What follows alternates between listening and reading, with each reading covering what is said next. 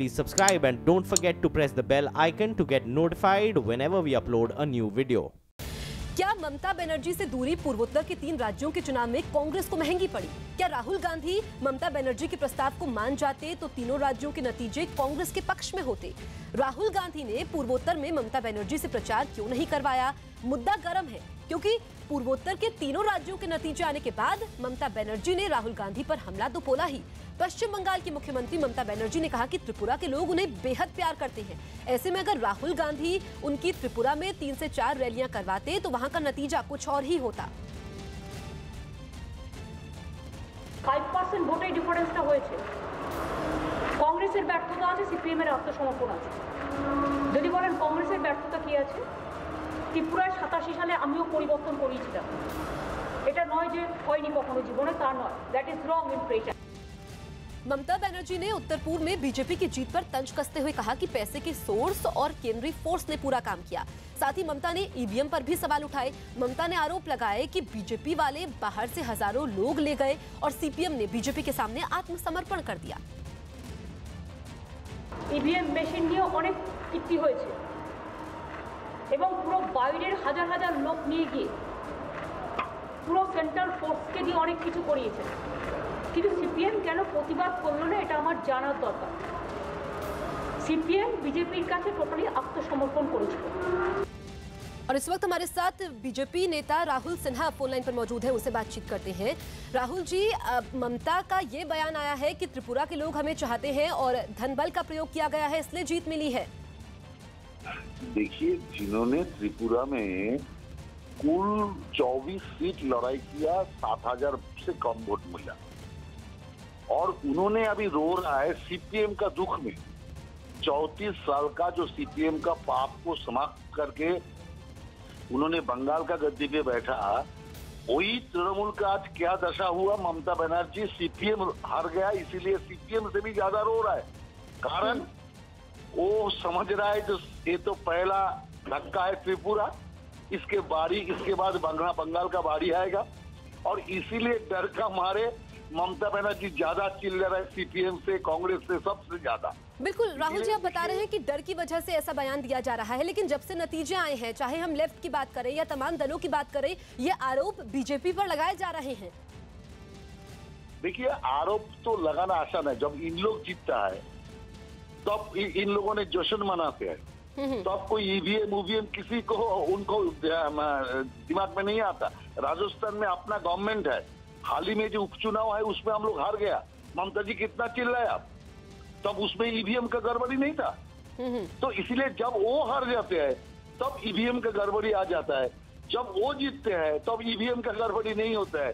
ऐसा जो politics in लोगों ने कर रहा है, इससे लोग समझ गया जो ममता जी का डर इतना ज्यादा हो गया, जो सीपीएम का दुख में भी वो अभी आंसू बहा रहा है। इन्होंने चिल्ला रहा है।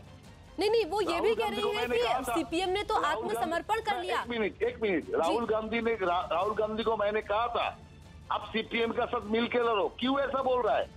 ममता जी को मालूम हो गया आने वाला दिन में बंगाल में बचना है, तो सीपीएम, कांग्रेस और तृणमूल 3 मिल के बीजेपी के खिलाफ लड़ना पड़ेगा और इसीलिए ग्राउंड बना रहा है ममता बनर्जी, जो आगे। राहुल जी, आप हमारे साथ बने रहिए। इस वक्त हमारे साथ कांग्रेस नेता अखिलेश प्रताप सिंह मौजूद हैं, उनसे बातचीत करते हैं। अखिलेश जी, ममता बनर्जी का बयान आता है कि अगर उनसे प्रचार करवाया जाता, क्योंकि त्रिपुरा के लोग उन्हें चाहते हैं, तो नतीजे कुछ और होते। ये सबको अपनी आजादी है, अपनी बात, अपने विचार प्रकट करने की। लेकिन राहुल गांधी पर निशाना साध रही हैं वो। राहुल गांधी पे तो हर कोई निशाना साधता है। राजनीति है, हर किसी को अपनी अपनी बात करनी है।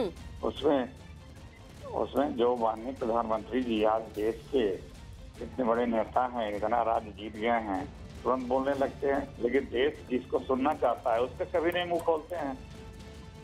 तो लेकिन अखिलेश जी, सवाल ये खड़ा हो रहा है कि क्या ममता से दूरी कांग्रेस पार्टी को महंगी पड़ी है, जो ये बयान आया है? नहीं, ममता से दूरी सवाल ये खड़ा हो रहा है कि देश जीत जा रहे हैं, लेकिन देश भी हार रहा है, देश पीछे हो जा रहा है, सत्ता बनता जा रहा है। लेकिन इस पर भी तो आत्ममंथन करने की जरूरत है कि शून्य है वहाँ पर। हाँ, वो हम कर रहे हैं, हम मंथन कर रहे हैं, सत्ता में आते जा रहे हैं, लेकिन पर देशवासी पीछे होते जा रहे हैं, कोई लाभ नहीं मिल रहा है। आज जरा भ्रष्टाचार करप्शन सब जगह इन्वॉल्व है माननीय मोदी जी।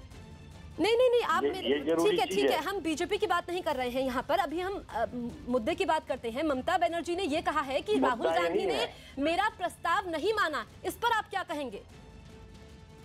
नहीं, अब हमें नहीं पता उन्होंने कब प्रस्ताव दिया, किसको दिया, क्या बात हुई। वो कह रहे हैं तो हमारे पार्टी के जो कंसर्न लोग हैं, जो उस तरह के प्रभारी हैं, वो लोग देखेंगे। लेकिन देखिए, पार्टियां जीत हार लगी रहती हैं, लोग आते जाते रहते हैं, लेकिन समस्या और सवाल यही सबसे बड़ा है, मोदी जीत जा रहे हैं, हार रहा है लेकिन हर मुद्दे पे। एक बात और देखने वाली है कि ममता बनर्जी पूर्वोत्तर में रैली करना चाहती थी। ठीक है, बीजेपी को तो आप कोस रहे हैं, सब कुछ है, लेकिन ममता बनर्जी ने अब जो बयान दिया है, आप मेरी बात सुनिए, उन्होंने कहा कि वो पूर्वोत्तर में रैली करना चाहती थी, उनको ऐसा करने नहीं दिया गया। अगर उनकी 4 से 5 रैलियां हो जाती तो नतीजे कुछ और होते। अरे ममता बनर्जी जी को कौन रोक लेगा भाई? रैली अगर करना चाहती है, हमें बहुत ज्यादा नहीं पता है कि कब चाहती थी, कैसे नहीं चाहती थी, वो कंसर्न लोग बताएंगे। लेकिन ये भी यहाँ पर समझने वाली बात है कि अगर प्रस्ताव नहीं माना तो उसके पीछे क्या वजह थी? आप बताए जाइए, आप बोलने कहाँ दे रही हैं? जितने सवाल खड़े करते आप दूसरे मुद्दे पर जा रहे हैं। चलिए इस पर जवाब दे दीजिए अखिलेश जी। नहीं, वो आपका पसंदीदा मुद्दा नहीं है, ये है। नहीं, पसंदीदा मुद्दे की बात ही नहीं, आप जवाब दीजिए, हम सुन रहे हैं। देखिए, वो पसंदीदा मुद्दा नहीं है, क्योंकि सवाल जब से मोदी जी आए हैं, मोदी मीडिया है, तब से सवाल की पढ़ सकते हैं। सवाल अब सरकार नहीं देती है, सरकार से सवाल अब नहीं होता है, न सरकार से अब सवाल होता है, सब कुछ विपक्ष से होता है। अरे अखिलेश जी, ये नतीजे कल आए हैं, हार कांग्रेस की हुई है ना? त्रिपुरा में खाता नहीं खोल पाई, यही हाल नागालैंड का रहा। आप कह रहे हैं सरकार से सवाल नहीं हो रहे, कम से कम इस समय तो ऐसे मत बोलिए। देखिए सरकार आज चुनाव के परिणाम आ गए तो आप सरकार सवाल करने लगे। तमाम चीजें और हो रही हैं, उस पर कोई सवाल नहीं करता है। हमने कहा ना कि राजनीति जब नतीजे आएंगे तो उसी पर बातचीत होगी ना। हाँ, और तो किसी में हम लोग बात करते नहीं है ना। सवाल यही है, जो जिस पे बात करने उस पर नहीं बात होगी। चलिए, हमारे साथ जफर इस्लाम बीजेपी से जुड़े हैं, उनसे जरा हम जवाब ले लेते हैं। जफर जी, कांग्रेस ये कह रही है कि दूसरे मुद्दों पर बातचीत नहीं होती है और देश पीछे जा रहा है।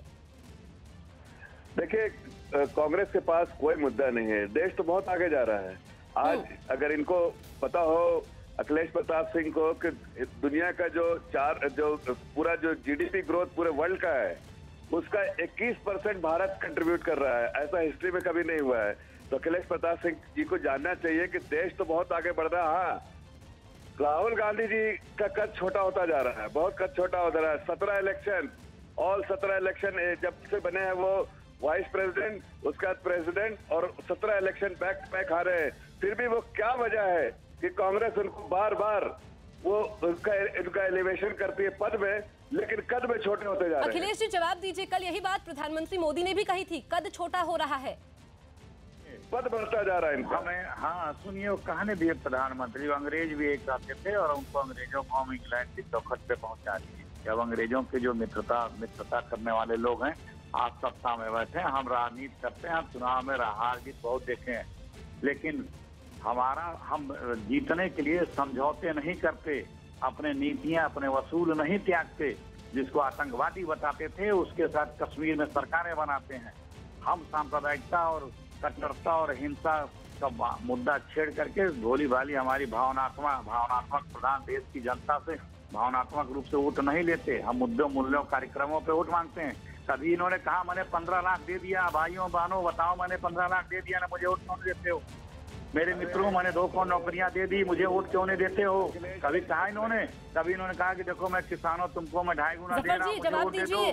मुझे गैस और पेट्रोल का दाम देखो मैं धरातल पे ले आया, मित्रों मुझे वोट दे दो। इन्होंने कभी कहा कि मैं 1 के बदले 10 सर लाया, मित्रों मुझे वोट दे दो। भाइयों बहनों, मैं आपसे पूछना चाहता हूँ, मैंने ये कहा था, आपको मैंने करके दे दिया, आप मुझे वोट दे दीजिए। चलिए अखिलेश जी, लेकिन बीजेपी ये कह रही है कि कांग्रेस के पास कोई मुद्दा नहीं बचा है, इसलिए ये सब उठाए जा रहे हैं। फिलहाल हमसे बातचीत करने के लिए बहुत बहुत शुक्रिया। साथी जफर इस्लाम जी, हमसे बातचीत करने के लिए बहुत बहुत शुक्रिया।